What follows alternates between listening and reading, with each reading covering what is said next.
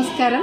హెచ్ఎన్టీవీ వారికి కృతజ్ఞతలు తెలియజేసుకుంటున్నాను. బతుకమ్మ సందర్భంగా వారు నిర్వహిస్తున్నటువంటి సద్దుల బతుకమ్మ ఎల్బీ స్టేడియంలో పెద్ద సంఖ్యలో అందరు తరలి రావాలి, ఆడపడుచులు ఆడాలని చెప్పేసి ఒక సాంప్రదాయాన్ని కాపాడాలనే దిశలో వాళ్ళు చేస్తున్న ఈ ప్రోగ్రాం సక్సెస్ కావాలని చెప్పేసి మనస్ఫూర్తిగా కోరుకుంటూ నా యొక్క కృతజ్ఞతలు మరి శుభాకాంక్షలు తెలియజేస్తున్నాను. బతుకమ్మ పండుగ సందర్భంగా తెలంగాణ తెలుగు ప్రజలకు అందరూ కూడా పెద్ద సంఖ్యలో తరలి వచ్చి మనము మన బతుకమ్మని ఆడపడుచులుగా మనము దాన్ని దిగ్విజయం చేసుకుందామని చెప్పి తెలియజేసుకుంటున్నాను.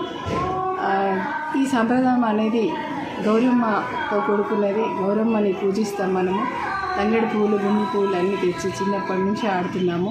ఆ ఆటలో భాగంగా అమ్మవారిని మనం బాగా కీర్తిస్తూ పాటలు పాడుతూ పూజిస్తూ ఆమె యొక్క దయ మన పైన ఉండాలని చెప్పేసి మనము బతుకమ్మ ఆడుతూ ఉంటాము.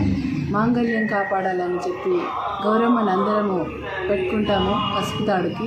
అలాగే అందరూ ఆడపడుచులందరూ కూడా తలలో పువ్వులు అన్నీ సాంప్రదాయంగా పెట్టుకొని వచ్చి అందరూ కూడా బతుకమ్మ ఆడాలని చెప్పేసి సంతోషంగా ఒకరికొకరు వాళ్ళు తెచ్చుకున్నటువంటి ప్రసాదాలు తినిపించుకుంటూ ఎంతో ఆహ్లాదకరంగా సాగే ఈ పండుగను హెచ్ఎన్టీవీ వాళ్ళు నిర్వహించడం చాలా సంతోషంగా ఉంది.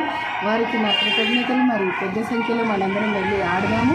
నేను కూడా అందరి తరఫున ఈ తెలంగాణ ఆడపడుచుగా నేను వెళ్ళి ఆడుతున్నాను. మీరందరూ కూడా రావాలని చెప్పేసి తెలియజేస్తున్నాను.